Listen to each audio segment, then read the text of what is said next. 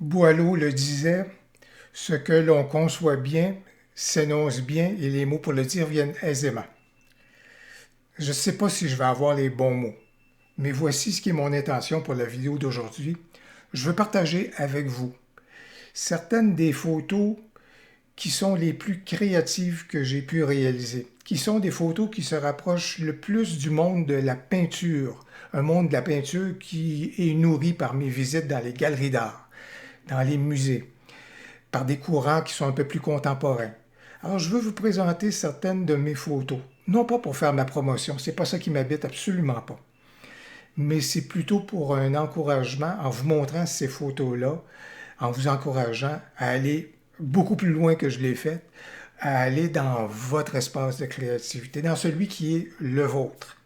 Ne pas rester cantonné des fois dans des sujets qui sont très classiques de la photographie. Allez ailleurs. Allez dans votre intérieur, allez dans votre intérieur créatif. Alors, voilà le but de la vidéo d'aujourd'hui, voilà mon intention et c'est ce qu'on examine maintenant. Si c'est votre première visite sur cette chaîne, bonjour, mon nom est Louis Lavoie, je suis l'auteur du blog et de la chaîne fairedelabelephoto.com. C'est une chaîne qui s'applique à partager avec vous des trucs, des conseils, des astuces de même que des découvertes afin que vous puissiez progresser dans le domaine de la photo. Si vous aimez des vidéos comme celle-ci, n'hésitez donc pas à cliquer sur j'aime. N'hésitez surtout pas à vous abonner. Je vois que vous vous intéressez à la créativité photo. Ben, ça tombe bien, j'ai justement plusieurs vidéos sur le sujet. Donc, je vous amène dans le monde de mes photos, mais mes photos les plus créatives, celles qui sont les plus particulières. Puis comme je vous le disais, c'est une invitation non pas à faire comme moi, à faire comme vous, mais surtout de sortir des fois peut-être de certains sujets qui sont un peu plus classiques au niveau de la photo et d'aller ailleurs. Si vous avez le goût, bien sûr. Si vous le souhaitez. Je sais qu'il y a des photographes aguerris qui parcourent et visionnent les vidéos de ma chaîne. Je vous remercie de faire route avec moi. Et je sais également qu'il y a des gens qui se font également leur premier pas. Et c'est peut-être un peu plus vers ces derniers que je me tourne. Justement, et avec cette vidéo aussi, c'est un encouragement à ce que vous osiez explorer votre espace de créativité éventuellement. Alors, c'est pour ça que je vous présente la chose. Et ce vers quoi je m'en vais, et je me tourne par exemple vers cet élément-ci, c'est certainement pas vers des photos comme celles que je vous présente. Là où est-ce qu'on a une belle scène et puis que je me suis tourné vers Topaz Studio et j'ai fait un rendu qui est donc dans le domaine de la pintographie. Ce n'est pas ce type de photo-là que je vais vous présenter pour le reste de la série. Soyez donc sans crainte.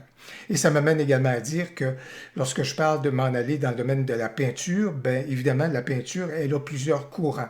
Et vous êtes peut-être plus à l'aise dans certains courants que dans d'autres. La peinture, elle est figurative, non figurative. Il y a de la peinture qui est contemporaine. Il y a de la peinture des beaux-arts. Alors, évidemment, lorsque je viens de dire le monde de la peinture, ben, c'est très, très, très vaste. Et vous avez à ce moment-là des atomes crochus, des fois peut-être avec un courant artistique plutôt qu'un autre. Mais à ce moment, moi, je vais vous présenter, évidemment, donc, des photos qui sont en lien avec des courants artistiques que j'apprécie beaucoup, donc au niveau de la peinture. Et une des premières réalisations que j'ai faites à un moment donné, et c'est grâce à la Lens Baby qui m'a fait découvrir un monde de créativité hors du commun. La Lens Baby comme objectif me permettait de triturer la réalité en me disant mais qu'est-ce que je suis en train de voir? Qu'est-ce que je suis en train de capter? Ben cette photo-ci, quand j'ai eu la Lens Baby puis des trucs genre, quand j'ai pris cette photo-là, que je l'ai regardée par la suite, je me suis dit mais qu'est-ce que c'est?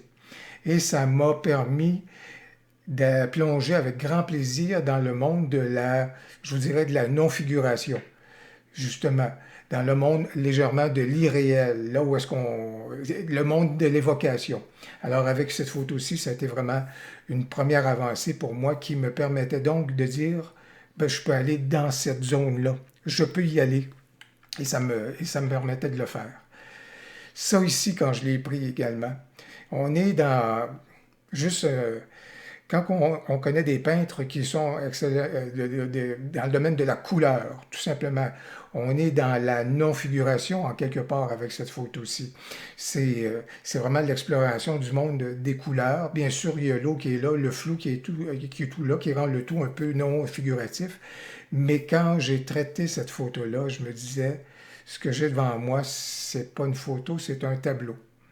Et c'est vraiment l'impression que j'avais. Alors, C'est donc, ça fait partie des éléments là, que je voulais vous amener, puis ça me renvoie vers certains peintres et certains travaux que j'ai pu voir. Je vous dirais, c'est une photo que je ne vous ai pas présentée dans ma récente vidéo sur ma virée de Montréal, parce qu'en quelque part, elle m'apparaissait un peu, elle m'apparaissait ratée en quelque part. Puis lorsque je la regardais, par contre, je disais, d'un point de vue photo, où est la mise au point, où est-ce que c'est ici, c'est un peu raté si on regarde ces éléments-là. Et pourtant, ça me rappelle, et elle me rappelle, des scènes qui ont été peintes par Jean-Paul Lemieux, qui est un peintre québécois, justement de tempêtes de neige, avec des personnages qui sont un peu plus fantomesques, je vous dirais, des évocations de personnages exactement comme ça. Ça, c'est dans la lignée d'étoiles de Jean-Paul Lemieux, le peintre québécois. Alors, c'est pour ça que c'est une... Je ne l'ai pas jeté parce que quand je l'ai vu, j'ai dit ça me rappelle trop ce genre de toile-là, alors je l'ai conservé, mais je ne vous en ai pas fait part dans ma vidéo sur ma virée dans Montréal. Mais voilà quelque chose qui me renvoie à de la peinture. Évidemment, le monde de l'abstraction. C'est un monde que j'affectionne énormément. D'ailleurs, à ce sujet-là, vous allez retrouver dans le haut à droite une suggestion de liste de vidéos qui vont porter sur l'abstraction. C'est un monde que j'aime parce que j'aime l'abstraction, particulièrement dans le courant contemporain. Et du côté, évidemment, de l'art moderne, j'ai beaucoup aimé les travaux, j'aime les travaux au niveau de l'abstraction qui ont pu se faire et également au niveau des géométristes. Alors pour moi, ce sont des éléments ça me parle, ce type d'art visuel-là. Alors ici, c'est une scène, c'est un paysage, mais avec un flou de bouger que j'ai pris, et c'était antiquosté. Puis quand je l'ai traité, ben, je l'ai transformé dans des espèces... On peut y voir des cils, on peut y voir toutes sortes de choses, mais j'adore ce type de rendu-là qui ne renvoie pas du tout au monde du réel, mais qui est tout simplement très, très, très... on est au niveau des formes et des masses. Alors, j'aime beaucoup cette photo-ci au niveau de l'abstraction.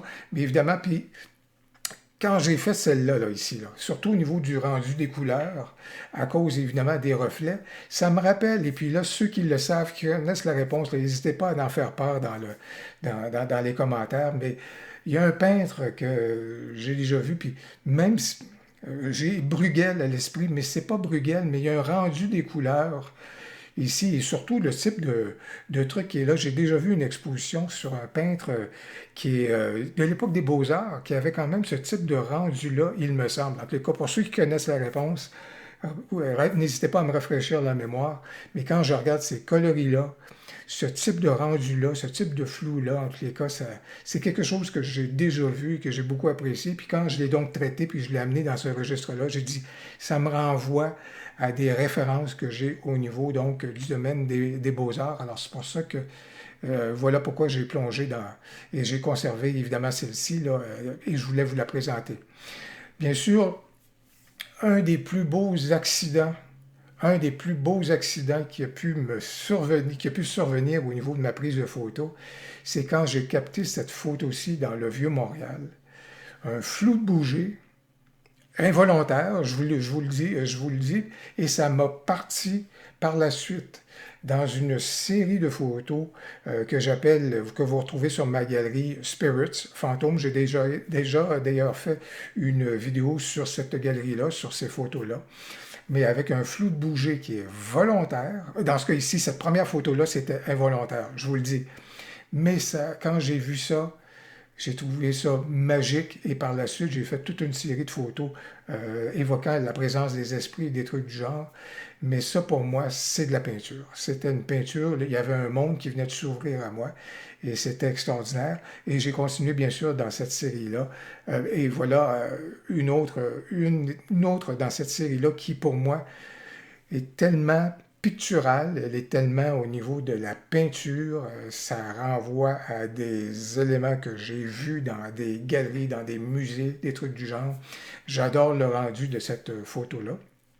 Mais comme je vous dis à ce moment-là, avec le fameux flou de bouger qui était donc souhaité et volontaire.